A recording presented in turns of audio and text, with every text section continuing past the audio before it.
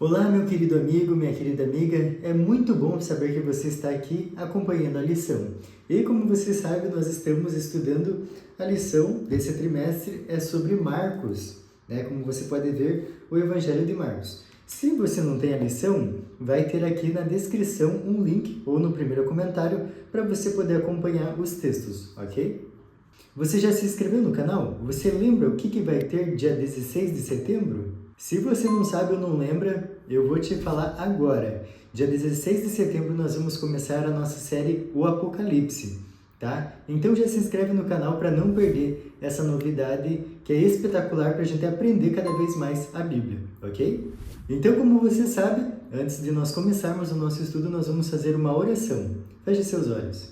Querido Pai que estás no céu, muito obrigado por mais um estudo que nós vamos ter agora. Muito obrigado por nós termos acesso tão fácil à Tua Santa Palavra, Pai. Pedimos que esteja conosco nesse momento, que abra os nossos corações para que possamos entender o que vai ser dito. É isso que te pedimos e agradecemos, em nome de Jesus. Amém. Se você tem acompanhado nossos estudos, você vai perceber que nós estamos já na lição 7. Olha só quanto aprendizado nós já tivemos. E hoje não vai ser diferente. O título dessa semana é Ensinando Discípulos, parte 1. Então, obviamente, nós teremos a parte 2 também, que será na próxima semana. Vamos para o nosso verso para memorizar? Está lá em Marcos 8,34, que diz assim: Então, convocando a multidão, e juntamente os seus discípulos, disse-lhes: Se alguém quer vir após mim, a si mesmo se negue, tome a sua cruz e siga-me. Quantas lições nós podemos extrair desse verso? Você já se negou para seguir a Jesus? É importante nós fazermos esse tipo de reflexão, porque a cada dia nós precisamos estar um pouquinho mais parecido com Cristo. Então, assim, eu não posso estar do mesmo jeito que eu estava há um ano atrás, hoje, entenderam? Por quê? Porque a caminhada cristã é uma escada, tá? Então, é um degrauzinho a cada dia, ok? Hoje eu tenho que estar melhor que ontem. Só que ontem, tudo que eu fiz serviu para ontem. Hoje eu preciso fazer para o dia de hoje, ok? Então vamos para a nossa introdução de sábado. A primeira metade de Marcos concentra a atenção em saber quem é Jesus. Seus poderosos ensinamentos e verdades apontam para a mesma verdade. Jesus é o Messias. Nesse ponto crucial da história, Jesus faz uma pergunta muito objetiva para os discípulos. Ele pergunta: quem vocês acreditam que eu sou? Nesse momento, Pedro responde pelos 12 discípulos. Ele responde incisivamente o que todos pensam. E Jesus começa imediatamente a explicar para eles quais são os passos que ele vai dar. E para onde ele está indo, que é em direção à cruz. Da última parte de Marcos 8 até Marcos 10, Jesus se concentra em ensinar seus discípulos sobre a sua jornada. O mais impressionante é que nesses capítulos, ele trabalha com muitas menções à cruz. E ele traz muitas lições que nós podemos usar até os dias de hoje. Quando a gente vai estudando a Bíblia, a gente vai ver que ela nunca teve mais atual. E isso é incrível. Então, nesse estudo, nós vamos ver 2 milagres impressionantes com 2 cegos e várias lições que a gente pode tirar dessas histórias e também o que Jesus falou entre essas histórias, que é muito importante para a nossa caminhada espiritual, ok? Então, vamos seguindo para o comentário de domingo. O título de domingo diz: Vendo claramente. Vamos então para a nossa passagem bíblica que está lá em Marcos 8, do 22 até o 30. Então acompanha comigo aí na sua Bíblia. Verso 22. Então chegaram a Betsaida e lhe trouxeram um cego, rogando-lhe que o tocasse. Jesus, tomando o cego pela mão, levou-o para fora da aldeia e, aplicando-lhe a saliva aos olhos e impondo-lhe as mãos, perguntou-lhe: Vês alguma coisa? Este, recobrando a vista, respondeu: Vejo os homens, porque como árvores os vejo, andando. Então novamente lhe pôs as mãos nos olhos, e ele, passando a ver claramente, ficou restabelecido. E tudo distinguia de modo perfeito. E mandou-o Jesus embora para casa, recomendando-lhe: Não entres na aldeia. Verso 27. Então Jesus e os seus discípulos partiram para as aldeias de Cesareia de Filipe, e no caminho perguntou-lhes: Quem dizem os homens que eu sou? E responderam: João Batista, outros, Elias, mas outros, algum dos profetas. Então lhes perguntou: Mas vós, quem dizeis que eu sou? Respondendo, Pedro lhe disse: Tu és o Cristo. Advertiu-os Jesus de que a ninguém dissessem tal coisa a seu respeito. Antes de continuar nosso estudo, eu gostaria de perguntar para você: Quem é Jesus na sua vida? Muitas pessoas respondem tudo, e isso é uma verdade, é tudo mesmo na nossa vida. Só que quando você responde tudo, você não responde nada. Então, olha só como é importante a gente pensar o que Jesus representa na nossa vida. Aqui, como nós vimos, nós lemos duas histórias, né? A primeira do cego sendo curado e a segunda, a confissão de Pedro. E olha só que interessante, Jesus curou vários cegos, e esse daqui foi de uma forma muito peculiar, né? Como vocês puderam ver, Jesus fez em duas ações. E a gente vai entender um pouquinho mais do porquê que foi preciso duas ações. A gente vê, por exemplo, Bartimeu.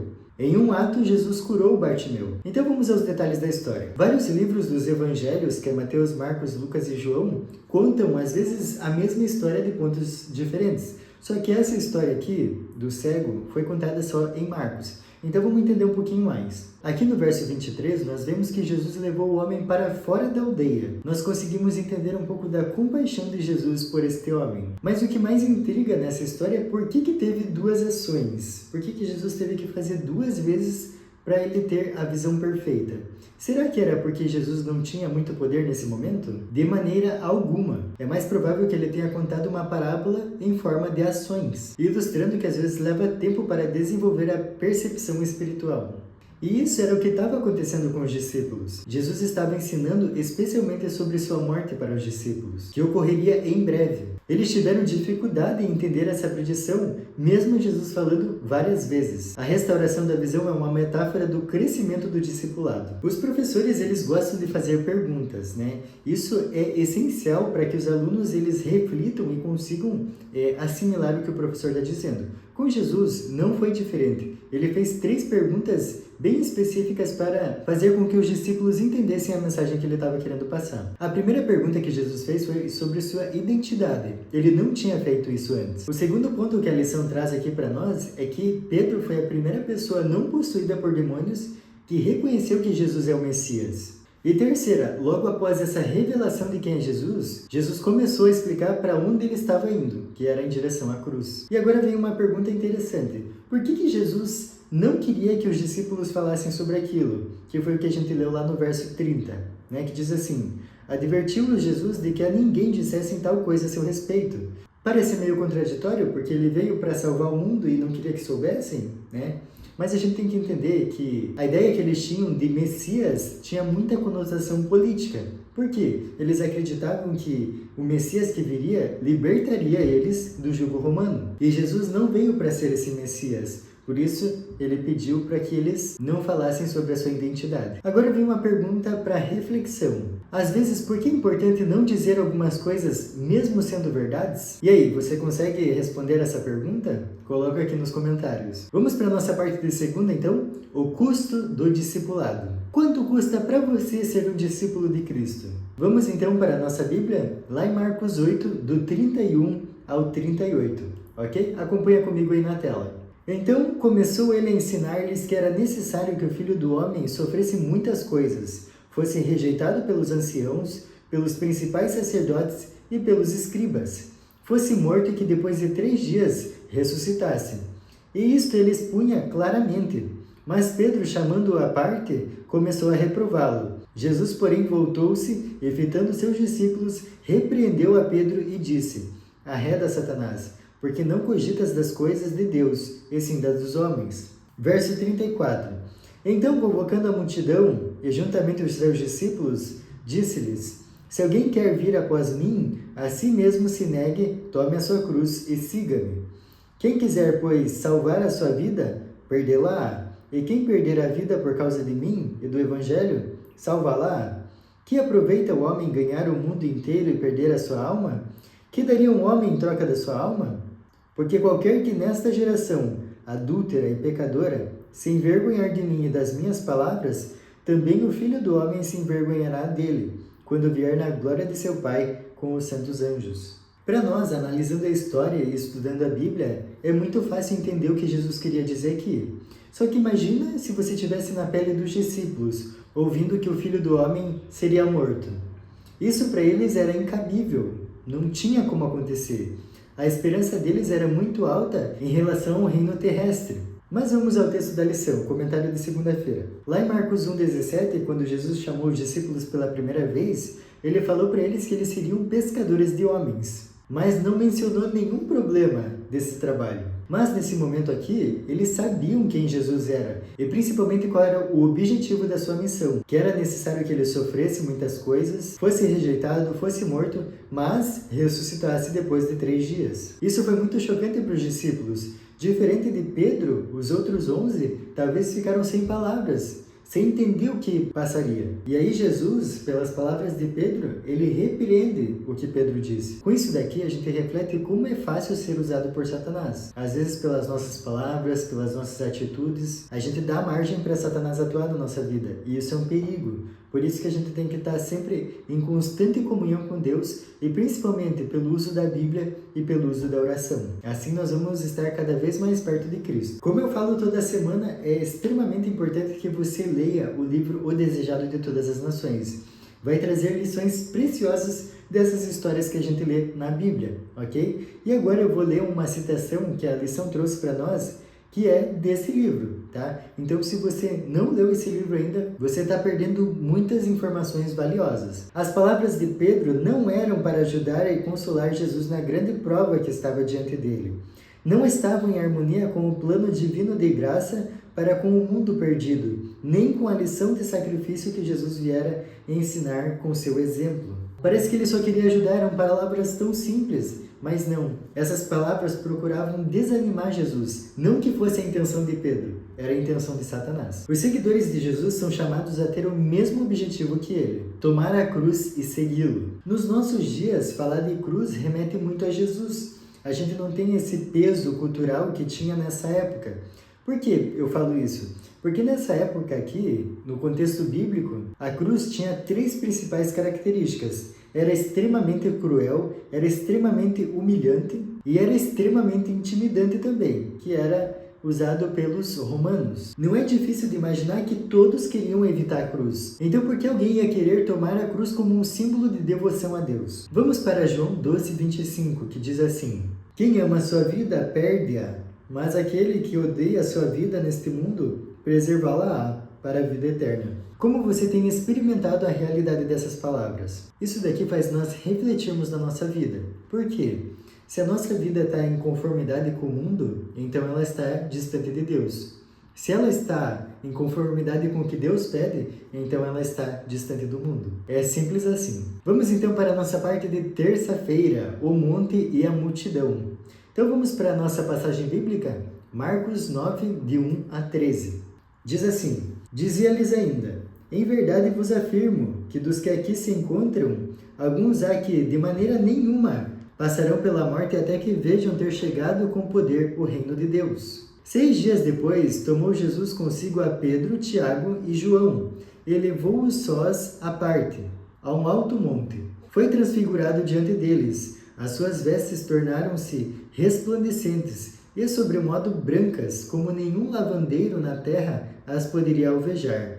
Apareceu-lhes Elias com Moisés e estavam falando com Jesus.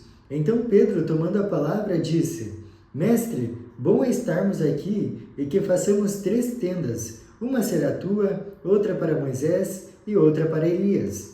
Pois não sabia o que dizer, por estarem eles aterrados. A seguir veio uma nuvem que os envolveu, e dela uma voz dizia: Este é o meu filho amado, a ele ouvi. E de relance, olhando ao redor, a ninguém mais viram com eles, senão Jesus. Ao descerem do monte, ordenou-lhes Jesus que não divulgassem as coisas que tinham visto, até o dia em que o Filho do Homem ressuscitasse dentre os mortos. Eles guardaram a recomendação, perguntando uns aos outros que seria o ressuscitar dentre os mortos. E interrogaram-no, dizendo: Por que dizem os escribas ser necessário que Elias venha primeiro? Então ele lhes disse: Elias, vindo primeiro, restaurará todas as coisas. Como, pois, está escrito sobre o Filho do Homem que sofrerá muito e será aviltado? Eu, porém, vos digo que Elias já veio, e fizeram com ele tudo o que quiseram, como a seu respeito está escrito. Então vamos entender um pouco dos 3 tópicos que nós lemos aqui. O primeiro tópico é o verso 1, unicamente o verso 1. Ali diz que alguns não passariam pela morte até ver o reino de Deus. Lendo friamente, parece que está falando da segunda volta de Jesus. Mas não, na sequência dos versos, que é o tópico 2, a transfiguração, diz claramente que Jesus estava se referindo a esse momento, quando Elias e Moisés descem do céu para falar com Jesus. Eu vou deixar aqui embaixo, na descrição desse vídeo, o capítulo que fala sobre a transfiguração no Desejado de Todas as Nações, ok? Então dá uma conferida lá para você ler esse texto que é extremamente fantástico, ok? Então vamos parar para pensar um pouco nessa cena. Moisés e Elias falando com Jesus e 3 discípulos podendo contemplar essa cena. Imagina que privilégio! O terceiro tópico fala sobre a vinda de Elias. E Jesus fala claramente para eles no verso 13, que diz assim: Eu, porém, vos digo que Elias já veio, e fizeram com ele tudo o que quiseram, como a seu respeito está escrito. Quando a gente lê esse texto, a gente lembra claramente que aqui Jesus está falando de João Batista. E entenda que não está falando que Elias encarnou em João Batista. Não, a Bíblia descreve as características de João Batista e são muito similares com Elias. E nesse contexto aqui, João Batista tinha até morrido já. Se você continuar na leitura do capítulo 9, do verso 14 até o 29, você vai ver que Marcos traz para nós a cura de um jovem possesso. E é muito interessante as características dessa história. Por quê? Vocês lembram que na transfiguração, Jesus levou 3 discípulos. Ou seja, 9 ficaram para trás. E quando Jesus desce da montanha com esses 3 discípulos, ele vê um caos, a multidão e os outros 9 discípulos. Nenhum desses 9 discípulos conseguiu expulsar esse espírito ruim do jovem. E por que eles não conseguiram, sendo que Jesus já tinha dado esse poder para eles? Era justamente por causa da inveja. Como assim inveja? Esses 9 discípulos, eles tiveram inveja desses outros 3 que foram com Jesus. E quando bateu neles essa inveja, o espírito de desânimo tomou conta deles. Com isso, o Espírito Santo não pôde atuar na vida deles para eles tirarem esse espírito ruim. Olha só que importante reflexão a gente tem aqui para nossa vida. O desânimo é um perigo. A história descreve o poder do demônio sobre essa criança. E Jesus parece demorar perguntando sobre os detalhes da situação. Isso foi demais para o pai que deixou escapar o que está escrito lá no verso 22, que diz assim: Mas, se tu podes alguma coisa, tem compaixão de nós e ajuda-nos. E aí Jesus percebeu a expressão de dúvida no coração daquele homem, que é o que está escrito ali no verso 23, que diz assim: Ao que lhe respondeu Jesus: Se podes, tudo é possível ao que crê. E aí ele deu uma resposta espetacular para Jesus que está no verso 24. E imediatamente o pai do menino exclamou, com lágrimas: Eu creio, ajuda-me na minha falta de fé. Você já teve que gritar: Eu creio, ajuda-me na minha falta de fé? O que você aprendeu com essa experiência? A gente sabe que a fé tem poder, que a oração tem poder, mas a gente não usa essas ferramentas que Deus nos deu. Vamos para a parte de quarta-feira, que diz assim: Quem é o maior? Você já procurou ser o maior entre as pessoas? Vamos ver então o que essa história vai trazer para nós. Está lá em Marcos 9, do 30 ao 41. Vamos ler? Diz assim: E tendo partido dali, passavam pela Galileia e não queria que ninguém o soubesse, porque ensinava aos seus discípulos e lhes dizia: O Filho do Homem será entregue nas mãos dos homens, e o matarão, mas 3 dias depois de sua morte ressuscitará. Eles, contudo, não compreendiam isto e temiam interrogá-lo. Tendo eles partido para Cafarnaum, estando ele em sua casa, interrogou os discípulos: De que é que discorríeis pelo caminho? Mas eles guardavam silêncio, porque pelo caminho haviam discutido entre si sobre quem era o maior. E ele, assentando-se, chamou os 12 e lhes disse: Se alguém quer ser o primeiro, será o último e servo de todos.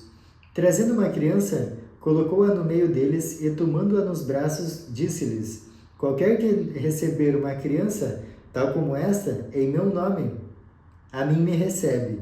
E qualquer que a mim me receber, não recebe a mim, mas ao que me enviou. Olha só que interessante, que grande contraste. Jesus tinha acabado de falar sobre a morte dele, e os discípulos estavam procurando saber quem que era o maior entre eles.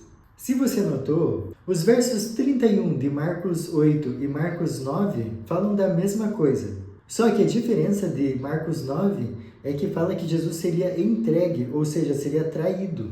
Então, por isso que os discípulos temiam em interrogá-lo. O traidor não foi apontado por Jesus nesse momento, mas como nós já sabemos a história, a gente sabe a quem Jesus estava se referindo, que era a Judas. É interessante pontuar que nesse momento aqui que eles estavam conversando a respeito de quem era o maior, eles ficaram um pouco distante de Jesus, Jesus até andou um pouquinho mais devagar para andar com eles, mas eles andaram mais devagar ainda, porque eles queriam falar sobre esse assunto, comentar entre eles esse assunto. Só que em casa, em Cafarnaum, Jesus perguntou para eles o que eles tinham conversado no caminho. E ninguém disse nada, porque ficou um grande desconforto no meio deles. Parecia que eram crianças sendo pegas fazendo algo errado. A conversa deles foi exatamente sobre isso, sobre quem era maior. Mas no reino de Deus, essa ideia é virada de cabeça para baixo, que é o que a gente vê ali no verso 35, que diz assim: se alguém quer ser o primeiro, será o último e servo de todos. Jesus respondeu esse problema aqui em duas etapas. A primeira, que quem quer ser o primeiro deve ser servo de todos. E por segundo, ele destacou que se recebermos uma criança, o receberemos. E se o recebermos, receberemos o Pai. Assim, a criança está relacionada ao próprio Deus. Olha só que interessante. A ideia bíblica de grandeza é diferente do mundo? Se sim, qual das duas você busca? Vamos então para a quinta-feira, Um Homem Saudável no Inferno. Que título estranho, né? Mas nós vamos entender um pouco mais, lendo a nossa passagem bíblica, que está em Marcos 9, do 42 ao 50. Leia comigo. E quem fizer tropeçar a um desses pequeninos crentes, melhor lhe fora que se lhe pendurasse ao pescoço uma grande pedra de moinho e fosse lançado no mar. E se a tua mão te faz tropeçar, corta, pois é melhor entrares maneta na vida do que tendo as duas mãos ires para o inferno, para o fogo inextinguível, onde não lhes morre o verme, nem o fogo se apaga. E se teu pé te faz tropeçar, corta-o. É melhor entrares na vida aleijado do que tendo os dois pés seres lançado no inferno, onde não lhes morre o verme, nem o fogo se apaga. E se um dos teus olhos te faz tropeçar, arranca-o. É melhor entrares no reino de Deus com um só dos teus olhos, do que tendo os dois, seres lançado no inferno, onde não lhes morre o verme, nem o fogo se apaga. Porque cada um será salgado com fogo. Bom é o sal, mas se o sal vier a tornar-se insípido, como lhe restaurar o sabor? Tende sal em vós mesmos, e paz uns com os outros. E aí, o que será que esse texto quer dizer? Parece que eles não têm muita conexão, mas a gente vai entender um pouco mais isso aqui. Um olhar mais atento vai nos fazer entender que um está ligado ao outro. O texto gira em torno de três expressões principais, que são leva a tropeçar, fogo e sal. O primeiro ensino se refere aos pequeninos, referindo-se aos crentes, mesmo os menores deles. Os mestres e líderes são incumbidos no reino de Deus de zelar e cuidar desses pequeninos. E como a gente cuida desses pequeninos? Orientando, visitando, tendo um relacionamento com essas pessoas, procurando tirar dúvidas, entre várias outras maneiras de cuidar. Sobre a expressão fizer tropeçar, será que Jesus estava realmente falando que tinha que cortar o pé, a mão ou o olho? E outra, ele estava ensinando que haverá um inferno onde pessoas vão queimar eternamente? Desde já, eu tenho que te falar que a resposta para essas duas perguntas é não. E vamos entender cada uma delas. A primeira é que Jesus não ensinou a mutilação. Isso era até rejeitado no judaísmo. Aqui Jesus usou uma hipérbole, que é o quê? É uma figura de linguagem, que tem por característica o exagero. Se perder a mão, o pé ou o olho é terrível, quanto mais desastroso deveria ser para o cristão levar alguém a pecar. Olha só que frase pesada. E a segunda questão que nós levantamos aqui é que Jesus não ensinou a existência do inferno que arde eternamente. Essa passagem ela contém um aspecto cômico. Pensa nas pessoas no céu com apenas uma mão, ou um pé, ou só um olho. Já por outro lado, pense em pessoas indo para o inferno com o corpo inteiro. Não deveria ser o contrário? Haverá alguém com um corpo perfeito no inferno? Então são perguntas que a gente faz para tentar entender isso aqui, e a gente vai entender, tá? Isso aqui tudo é uma comédia sobre um tema sério. Isso mostra claramente que Jesus usou a hipérbole para ensinar aquelas pessoas. O pecado deve ser levado tão a sério que seria melhor perder a mão, o pé ou o olho do que pecar. Olha só que forte essa frase. O inferno ele terá consequências eternas, mas não o fogo em si. E sobre isso nós podemos ver claramente lá no livro de Judas, mais especificamente no verso 7, que diz assim: como Sodoma e Gomorra e as cidades circunvizinhas, que havendo se entregado à prostituição como aqueles, seguindo após outra carne, são postas para exemplo do fogo eterno, sofrendo punição. Será que Sodoma e Gomorra estão queimando até hoje? Obviamente não. As consequências do fogo são eternas. O fogo se apaga. O fogo conclui a sua obra. Então vamos para o nosso estudo adicional? Olha só, várias frases que a lição traz para nós e são importantes para nós refletirmos, tá? Quando você for estudar a tua lição, não leia apenas. Tente extrair o máximo de lições que você pode para a sua vida, tá? Reflita nas palavras e nas frases, ok? Olha só essa frase. A humildade precede a honra. Você pode se considerar uma pessoa humilde? Ou o seu ego fala mais alto? Quando a gente fala de humildade, não estamos falando em relação a bens materiais. É justamente sobre o caráter da pessoa. Outra frase importantíssima que nós temos aqui diz assim: os seres celestes podem cooperar com aquele que procura não se exaltar, mas salvar os outros. Se você procura se exaltar, aparecer, ser o centro das atenções, Deus não vai poder te usar. Ele usa justamente aqueles que não procuram se exaltar, porque é o nome de Deus que tem que ser honrado, não o nome da pessoa. E olha só a nossa grande responsabilidade. Em tudo que tivermos vantagem sobre outros, seja educação e cultura, nobreza de caráter, princípios cristãos ou experiência religiosa, estamos em dívida para com os menos favorecidos, e naquilo que estiver ao nosso alcance, devemos ajudá-los. Se você tem qualquer vantagem nessa vida, você tem compromisso com as pessoas menos favorecidas. Isso é o que Deus fala ao nosso coração. E eu queria finalizar esse estudo com 2 perguntas para nós refletirmos na nossa vida. Com que frequência você tem testemunhado da sua fé? Jesus já fez tudo por você. E agora, o que você tem feito por ele? E por último, nós levamos a sério o pecado? Achamos melhor ter o corpo mutilado do que pecar?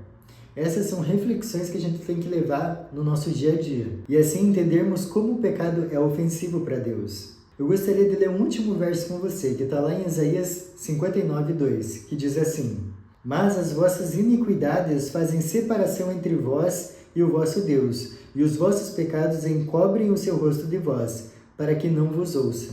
Olha só que tristeza. Nós devemos tratar o pecado como algo repugnante. Pedir para Deus que nós tenhamos nojo do pecado. E assim a gente vai estar cada vez mais perto dele. Eu espero que esse estudo tenha te ajudado na sua caminhada espiritual. E eu te vejo na próxima semana. Até lá!